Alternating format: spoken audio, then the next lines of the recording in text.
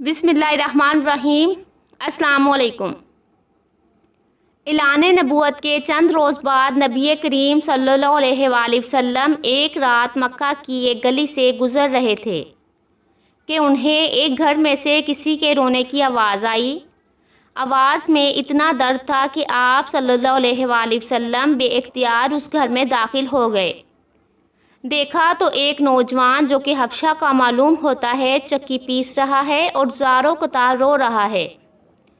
آپ صلی اللہ علیہ وآلہ وسلم نے اس سے رونے کی وجہ پوچھی تو اس نے بتایا کہ میں ایک غلام ہوں، سارا دن اپنے مالک کی بکریاں چراتا ہوں، شام کو تھک کر جب گھر آتا ہوں تو میرا مالک مجھے گندم کی ایک بوری پیسنے کے لیے دے دیتا ہے، جس کو پیسنے میں ساری رات لگ جاتی ہے۔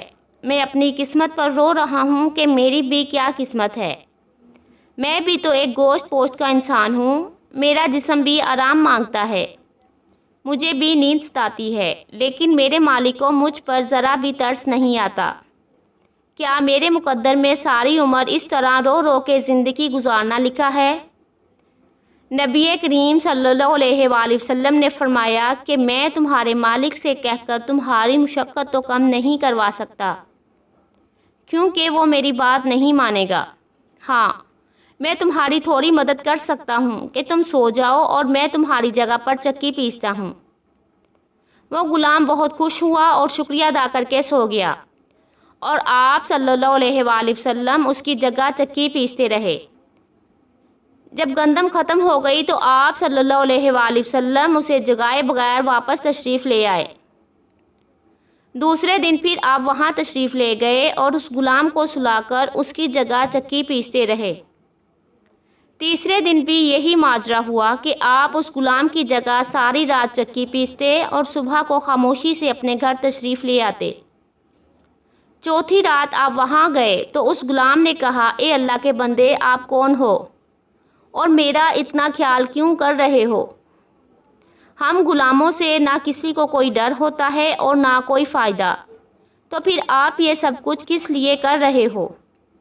آپ صلی اللہ علیہ وآلہ وسلم نے فرمایا کہ میں یہ سب انسانی ہمدردی کے تحت کر رہا ہوں، اس کے علاوہ مجھے تم سے کوئی غرض نہیں۔